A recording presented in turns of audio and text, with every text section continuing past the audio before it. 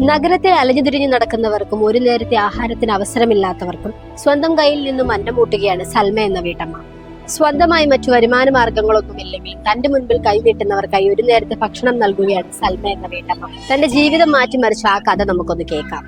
ഞാൻ ജോലി ചെയ്ത പള്ളിപ്പുറത്ത് അമ്പലത്തിൻ്റെ അവിടെ ഡ്രീം ഹോസ്റ്റൽ എന്ന് പറഞ്ഞ ഒരു ഹോസ്റ്റലിലാണ്.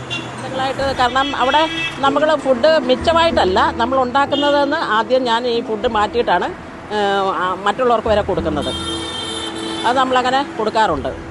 ഞാനിത് കൊടുക്കാൻ തുടങ്ങിയെന്ന് വെച്ചാൽ നമ്മൾ ജീവിച്ച് വന്ന സാഹചര്യം ഒക്കെ ഞങ്ങളും ഒരുപാട് ബുദ്ധിമുട്ടിയൊക്കെ ഞാൻ ജീവിച്ചു പോകുന്നതാണ്. അപ്പോൾ എനിക്ക് ആ ഒരു സാഹചര്യത്തിൽ ഒരുപാട് ആൾക്കാരിങ്ങനെ വിശന്ന് നിൽക്കുന്നതും വഴി സൈഡിലും അവിടെ ഇവിടെ എല്ലാം നിൽക്കുന്ന ഫുഡ് ചോദിക്കുന്നു. പിന്നെ ഞാൻ നടന്നു പോകുമ്പം എന്നോട് പലരും ഒരു ചായക്ക് പൈസ തരാമോ, ഒരു നേരത്തെ ആഹാരം കഴിക്കാനാ, ഇങ്ങനെയൊക്കെ എന്നോട് പലരും ചോദിക്കാറുണ്ട്. അപ്പോൾ അത് കണ്ടപ്പോൾ എനിക്ക് ഭയങ്കര സങ്കടമായിപ്പോയി. അപ്പോഴത്തേക്ക് അത് വെച്ച് ഞാൻ പിന്നെ ഓർത്തുന്ന ഈ ഹോസ്റ്റലിൽ നിന്ന് ഫുഡ് കൊടുക്കാമെന്നുള്ളൊരു കണക്കൂട്ട് ഞാൻ ഞങ്ങളുടെ സാറുമായിട്ട് ആലോചിച്ചു. അപ്പോൾ സാറ് പറഞ്ഞാൽ എന്നെ കൊടുത്തോളൂ, കുഴപ്പമില്ല എന്ന് പറഞ്ഞു. പിന്നെ അത് നമ്മൾ മിച്ചമാരം ആർക്കും കൊടുക്കാറില്ല.